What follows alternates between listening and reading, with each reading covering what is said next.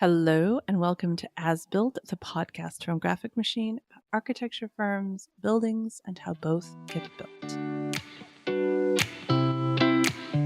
I am your co-host, Patience Jones. With me is Brian Jones, your other co-host. Thank you for joining us. Today we are doing a tech stack episode, website images. How big is too big? It sounds much more boring than it really is. That's what she said. Well, it's okay. Maybe it's a little boring. I don't know. But it's really important. It is. I think this is a trend that happens in many architecture firms where the image for a project overtakes the entire screen, if not more than the entire screen on the browser when somebody's visiting the site.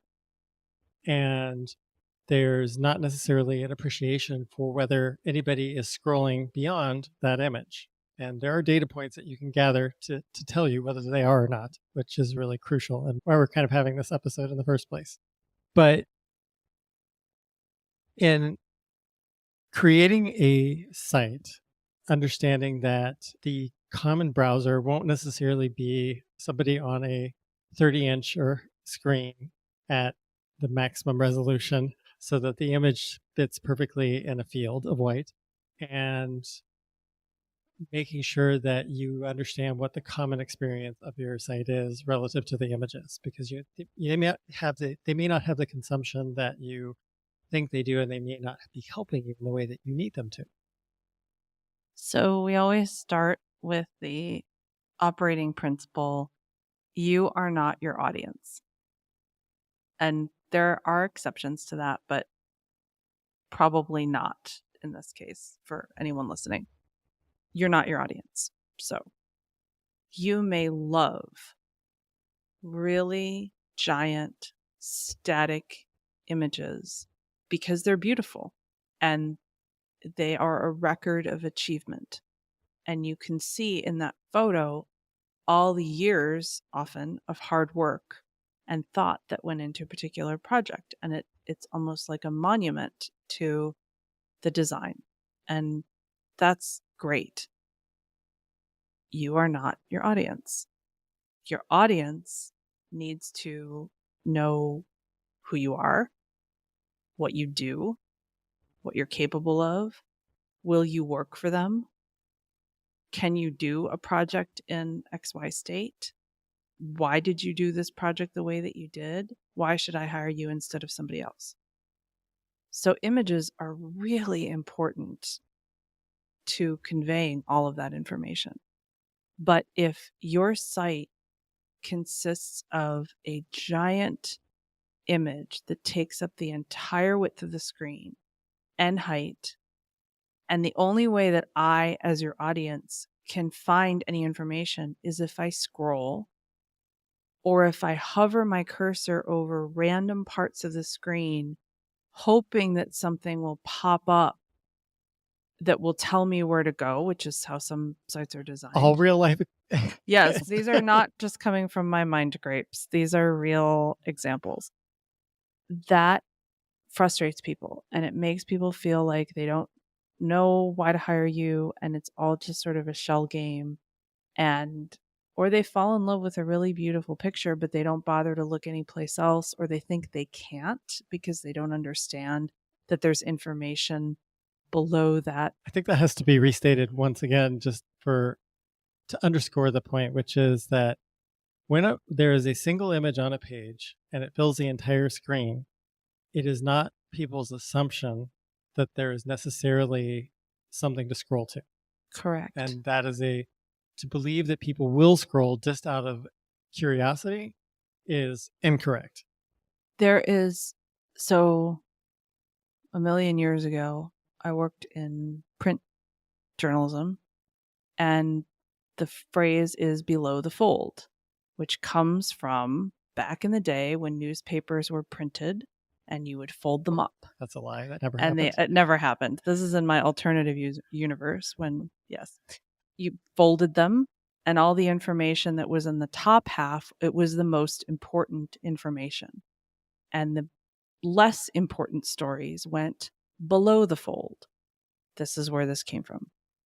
So that below the fold terminology has been applied not super accurately to websites. And so people who used to be print designers, or sometimes are still print designers, will often use that term. Well, we're going to put this, we'll have the image above the fold and then information below the fold. I cannot say this with enough emphasis or enough times. There is no fold in a website. There's no fold. There is the maximum screen view, depending on what people have set their browsers to, how their screen size, their device size, their browser settings, if they've increased or decreased depending on various eye issues. Everybody will see something a little bit different. So you can't say like, well, this many pixels, that's the fold. That doesn't exist. That's from like another lifetime ago. And also, it was kind of based on a world in which browsers revealed the scroll bar on the side of the browser, which is that Yes. fell out of fashion years ago. So there are no visual cues necessarily to a person visiting a site that this is something that they can do unless they just happen to do it. And sometimes what you'll see is people say, well, then just put a big arrow over the photo that tells people to scroll. While technically possible, that makes the image look not as inviting or interesting or immersive. And if you have to tell somebody how to use it, then maybe it's not as well designed as it could be.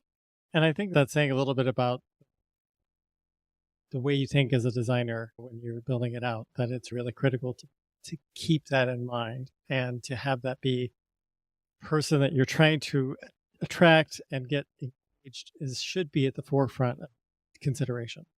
Now, at the same time, you want large high-res images. They're really great for creating feelings that people have when they look at your site. And emotion is something that drives further inquiry and buying decisions. So you want people to have a feeling about your work, and beautiful large imagery is a great way to do it. Sites that have super tiny thumbnail pictures or just like small snippets of what their work is, it really doesn't allow people to see fully what the firm's capabilities are. So you don't want to have a situation where it's like, well, it's this small image and like tons of white space. What you have to do is think creatively about how to create that immersive experience while also helping people find their way through your site and not making it seem like there isn't anything else to look at. Very true. And you've stumbled on the secret answer that was inevitable in this, is that conveying a project and is something that has been relegated to static imagery for a long time. And I think it's time to think about moving beyond that into more video pieces that really walk people through what the experience of a building is, or giving you a quick texture of a building from 5 or 6 cuts that come quickly together. I think the mistake that happens, and I know it's difficult, is that there's a signature image that gets put out there, and that's the one thing that tells one tiny snippet of what that project was and what it does for the client. And it's really time to move on to more dynamic imagery. The image sizing too, it's not just about, we've talked about this many times on this podcast, but it's not just about how much space that photo takes up on the website. It's also about what is the size of that image file. How much room is that image taking up on your server, and how much bandwidth does the person looking at your site have to be able to get that image to load and see it correctly? And how long does it take? Well, that gets into a even more nuanced conversation around, if they're on a mobile device, are they being served a version of the image that's optimized for their viewing experience that requires the least amount of download bandwidth? So these are all really critical components that need to be considered. If you are going to use large images, you have to use the smallest file size available that still gets you the resolution that you need. You don't need print Maximum. quality resolution on a website because they work differently. So don't upload a print quality image because you're using up bandwidth and you're forcing other people to use data to display an image that could be displayed at a much smaller file size. But more importantly, think about how do you solve this problem or meet this opportunity with your firm, with your projects, with the look you're trying to achieve. The answer is not always, well, you have above the fold is a big image, and then below the fold, we say what we do. That is an answer. But it's been used a lot. It's been used so much. And if you're trying to distinguish yourself from other firms, this is a real ripe opportunity for doing that. But it's an answer. It doesn't mean it has to be your answer. And it doesn't mean it's the best answer for you. I think that pretty much sums everything up. Well, that's good. It's very succinct. Yeah. No below the fold here. No. Well, thank you for joining us. Do go find an old picture of a newspaper if you don't remember what one looks like. Check it out. And thank you for listening, and we will see you next time.